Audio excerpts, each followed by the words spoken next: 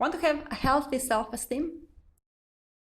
First, you need to understand why your self-esteem is low in the first place.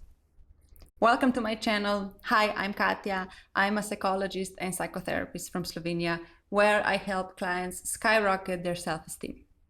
Make sure you subscribe and hit the bell. Today, I'll share with you the top reasons for low self-esteem. Now, some of these reasons are unfortunately beyond your control, but most you can control. And here's the exciting part. If you want to have high self-esteem, you can simply stop doing things that are holding you back and start doing things that will skyrocket your self-esteem. I will share with you how to do that in the next few minutes. So, what are the top reasons for low self-esteem? One of the main reasons is our upbringing. As a baby, we naturally have high self-esteem. We simply demand attention. We believe we are worthy of love, worthy of food, worthy of care, and so on. We believe we are valuable. So, what happens to our self-esteem? What makes it drop, sometimes very low? One of the reasons is that our brain starts to develop. We are able to see ourselves as though through the eyes of others. So we become able to judge ourselves and criticize ourselves. Another reason for a sudden drop in our self-esteem is the environment we grew up in. One of the most toxic things to our self-esteem is conditioned value. What I mean by that is that as a child, the love you receive or your value may have been conditioned. For example, you're only okay if you're well-behaved and quiet. You're only okay if you're always busy and working hard. You're only okay if you're beautiful. You're only okay if you're rich. You're only okay if you never show any signs of weakness. You're only okay if you're perfect. You're only okay if you're always smiling and always happy. You're only okay if people like you. You're only okay if you're always helping others out. You're only okay if you always say yes, and so on.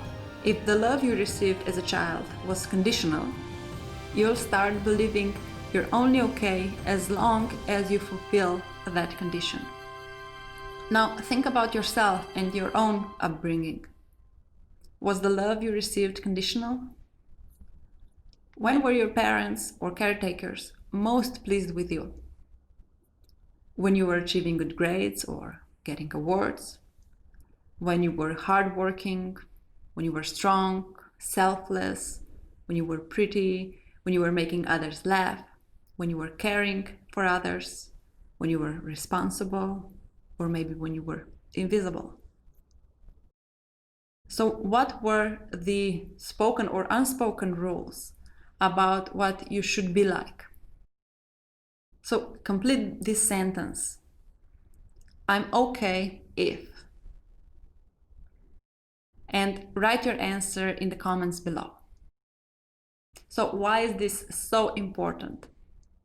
Because as a child, we internalize these conditions and we carry them on into adulthood.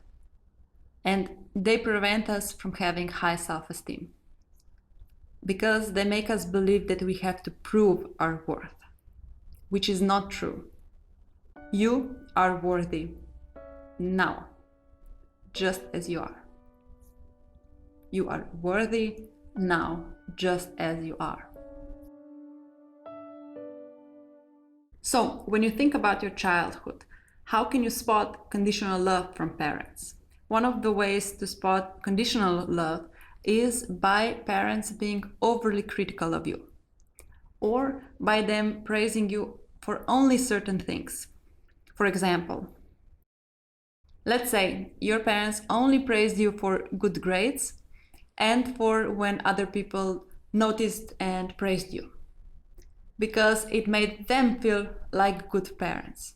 But when you did something to stay true to yourself, they failed to notice or they even criticized you. Some parents are also displaying conditional love by being overly critical of others in front of you. For example, perhaps your parents were often criticizing and fat-shaming others. And even though they never said anything about your weight or your body, you still got their message. You're only okay as long as you're thin. Now, let me point out that parents aren't the only source of conditioning your value. Family, friends, school teachers, media, social media, and so on can also give you certain messages about your worth, about when you are okay or when supposedly you are not okay. Another way your upbringing can affect your self-esteem is also your parents' own self-esteem, especially if your parents had very low self-esteem.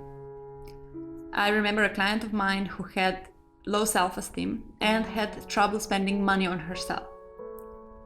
Now, she could be very generous to others.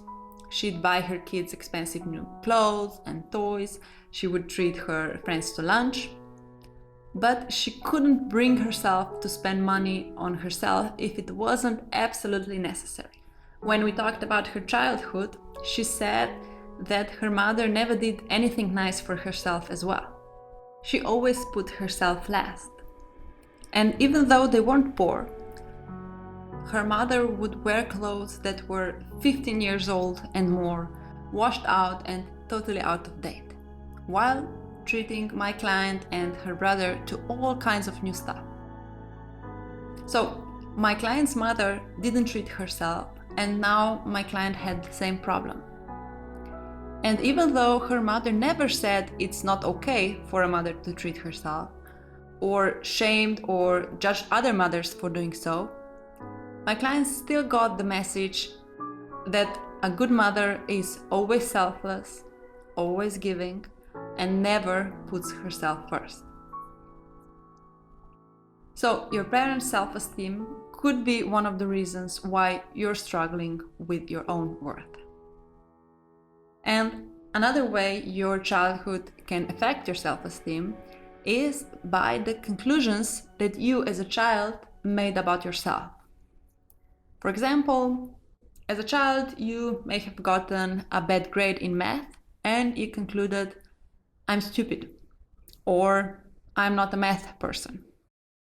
So, unconditional love, your parents' self-esteem, and your conclusions about yourself are one of the top reasons for low self-esteem. And unfortunately, these are all things that you don't have much control over. What was done was done. But that doesn't mean that you can't change how you feel about yourself now. No matter your upbringing, you can develop high self-esteem. But before you do, you need to be aware of the top reasons for low self-esteem that are under your control. Things you may subconsciously do every day that are destroying your self-esteem. One of the top reasons for low self-esteem is, and let me just say that out of all the reasons, this is the one I'm willing to bet applies to you as well. So one of the top reasons for low self-esteem is being overly critical of yourself. I've treated countless of clients who wouldn't dare to speak to their friends or loved ones the way they were speaking to themselves in their minds. They were so mean to themselves. They put themselves down. They were acting like a bully to themselves. What about you? Are you treating yourself like you would a dear friend? Or are you treating yourself like you would your worst enemy? Write like a friend or like an enemy in the comments below. Another very common reason for having low self-esteem is also not praising yourself. You may believe that there is nothing to praise. You may take all your strengths for granted and instead focus only on your flaws. You may believe you don't have any achievements, but that's not true. You may not have won the Nobel Prize yet, but there is still plenty of things about you that is worth praising. You just need to learn how to stop being so critical and start noticing all the wonderful things about you, which is not as easy as it sounds, I grant you. It does take time and practice. Another one of the top reasons for having low self-esteem, one I see time and again when working with my clients, is the fact that you may not take very good care of yourself. You may never put yourself first. You may be a wonderful friend when someone needs you, but you don't know how to be a friend to yourself. You may not be taking physical care of yourself, like exercising, getting enough sleep, resting, eating well, and so on. Or you may not be taking care of yourself emotionally, like giving yourself a break when you're having a bad day, or cheering yourself up when you're feeling down.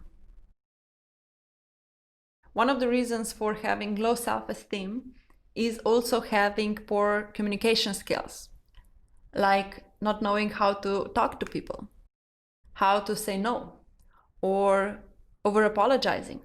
I've made a video about over-apologizing, and I'll share the link to the video below if you want to check it out. And the final reason for having low self-esteem is always staying in your comfort zone. I've seen this happen many times, unfortunately. So being so terrified of rejection that you don't even try. And by not trying, you reinforce your negative beliefs about yourself. You don't get positive experiences of you succeeding.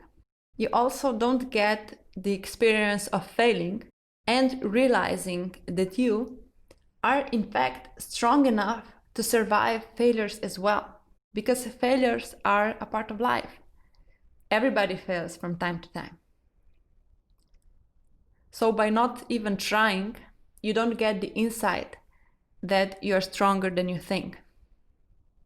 By not even trying, you reinforce your beliefs of not being good enough. By not stepping out of your comfort zone, you can't get what you truly want. And so, by not even trying, you fail by default. So, these are the top reasons for low self-esteem. Upbringing, especially conditional love, parents having low self-esteem, and the conclusions you make about yourself as a child. Being overly self-critical, not praising yourself, not taking good care of yourself, having poor social skills, and always staying in the comfort zone. Did you like this video? Give it a thumbs up. It really helps me out a lot. Do you want to learn how to skyrocket your self-esteem? Subscribe to my channel and hit the bell.